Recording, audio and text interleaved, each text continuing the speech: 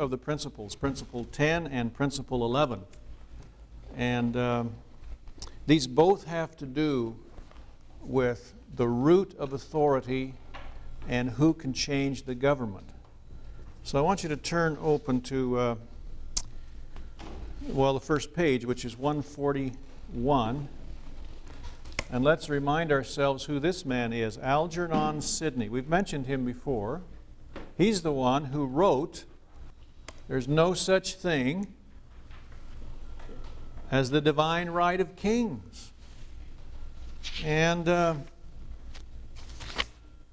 you just don't say that to any king who thinks he has the divine right to rule, who has all the powers, with all of his guards around.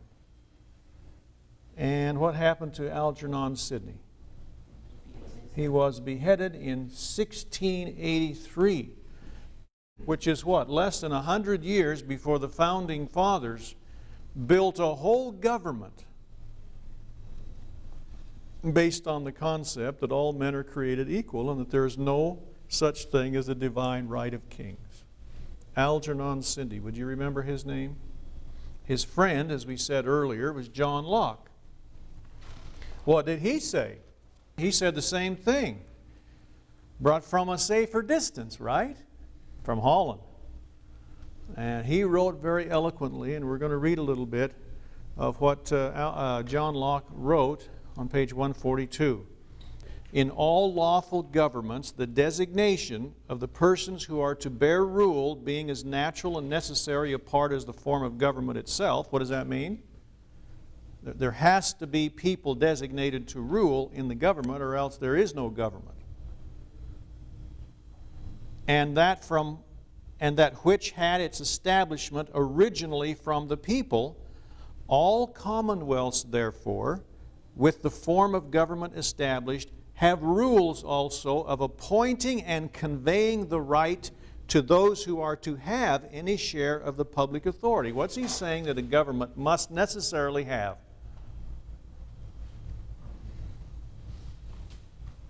Procedures and rules to do what? To put people in leadership, to put people in public office. Do you remember that discussion of Thomas Jefferson where he talked about the natural aristocracy? You let what? You let the people rise, the leaders rise on their own. Let them prove themselves in their private industry and so forth that they are leaders. And then Jefferson says the best form of government will create a procedure to do what? Skim them off the top. Remember that? And put them in places of public trust. That's a great system, isn't it? And that's what John Locke is saying here, that every government has to have a procedure to do that. So let's go on.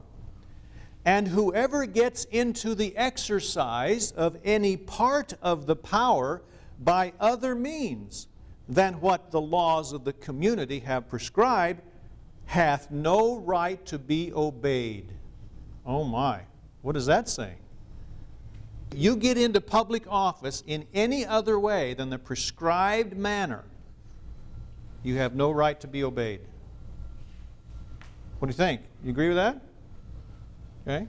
You force your way in. It's got to be by the free consent of the people. We call that in a free election. Now let's go on.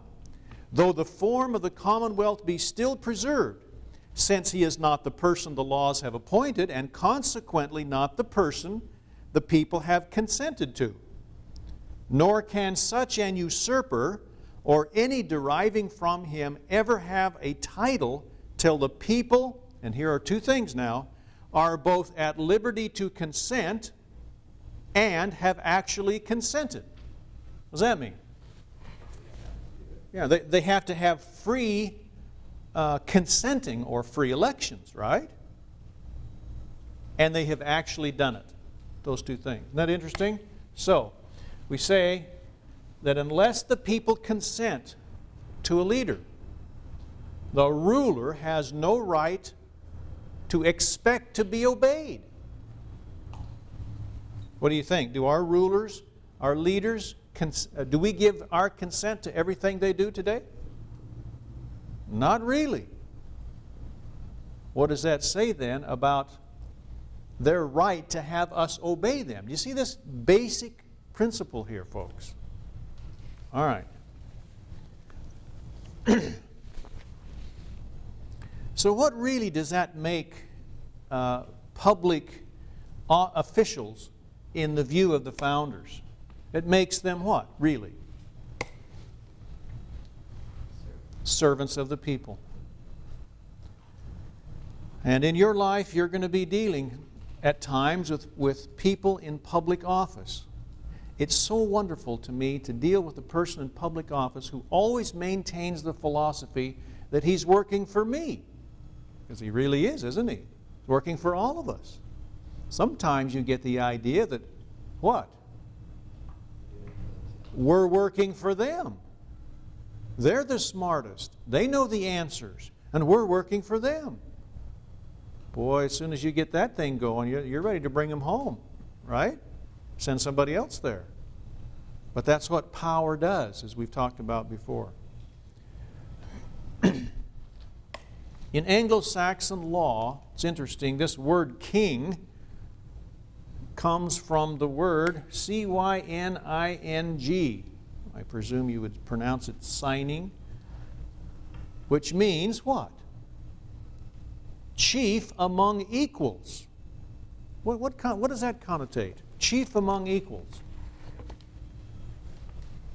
First of all, we are all what? We are all equal in our rights, remember that? So forth.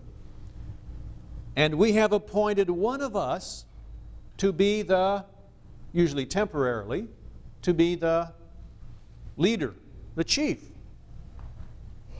It's not to say that he's any better, but he has proven leadership ability. So we say, okay, for this limited period of time, we're going to delegate to you certain limited authority.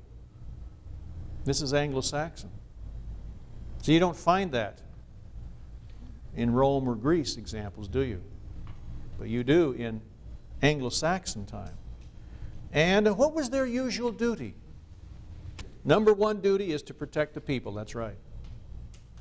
Protect the people. And when there was a crisis, you'd appoint a leader, and that leader would have, he would be the commander. He would be able to make decisions. Look, folks, you can't sit around in a committee in a crisis, in a wartime, and decide whether you want to move the 82nd Airborne Division from point A to point B, can you? Somebody has got to make those decisions, and they've got to make them quick. So when it comes to protection, you've got to have somebody you can trust who has been proven to be trustworthy. And in Anglo-Saxon, that was this chief among equals. And what happens when the crisis is over? It all goes back to the people. Isn't that a great system? That's a free people. And we've got some problems with that, as we'll talk about later on in this course. So the duty was to protect, and his authority usually ended when the crises ended, because he was one of them. So where does authority originate, folks? Where is the original pure fountain of authority? In the people. In the people. And that's why the founders said, in the preamble to the Constitution, the first three words are what? We the people. Does it say we the states? No. We the leaders of the people? No. What does it say? We the people. They wanted to drive the authority for our constitutional government right down to where? The roots of authority. Do you know, for example, that they did not intend for the state legislatures to approve the Constitution? They sent the Constitution out for ratification, but who did they want to ratify the document? They wanted the people to ratify the document. So it was approved by the people, a convention of the people in the states in most cases, not just the states. I don't know that they could have really done any more to make sure that the approval for the Constitution came from the people and not just the states. Isn't that interesting? Just to confirm that, bottom of page 143, let's read Alexander Hamilton. Bottom of 143, he says, "The fabric of American empire ought to rest on the solid basis of the consent of the people." And I love this next sentence, just the way he uses his words here. "The streams of national power ought to flow immediately from that pure, original fountain of all legitimate authority." Isn't that beautiful? Streams of national power flowing from the pure, original fountain of all legitimate authority, the people. That's Alexander Hamilton. James Madison said something similar on the next page. And we'll end this principle and go on to the next one with this quote. And by the way, before we read this quote, did you know that there were people who were not impressed with the Constitution as it came out of the convention? There were some who actually worked against it, did not want it to be ratified, thought it was too strong, giving too much power. Some of the offices were not needed anyway for whatever reason. So Madison is addressing these people. Look what he says. "The adversaries of the Constitution seem to have lost sight of the people altogether in their reasoning on this subject, and to have viewed these different establishments not only as mutual rivals and enemies, but as uncontrolled by any common superior in their efforts to usurp the authorities of each other." In other words, these people were afraid that power would run amok, the people couldn't control them, and Madison is saying they've forgotten that the roots of this whole document are in the people themselves. Look what he says. "These gentlemen must be reminded of their error. They must be told that the ultimate authority, wherever the derivative may be found, resides in the people alone." It's almost like them saying, we have tried everything we can do to make sure that the roots of authority are down with the people. This is not a kingly, elitist, artificial aristocracy we're setting up here. This is the people doing it. And so it was. Okay?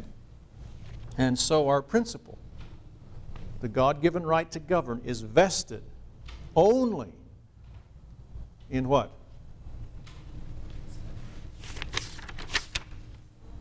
In the sovereign authority of the whole people. All right, let's move on now to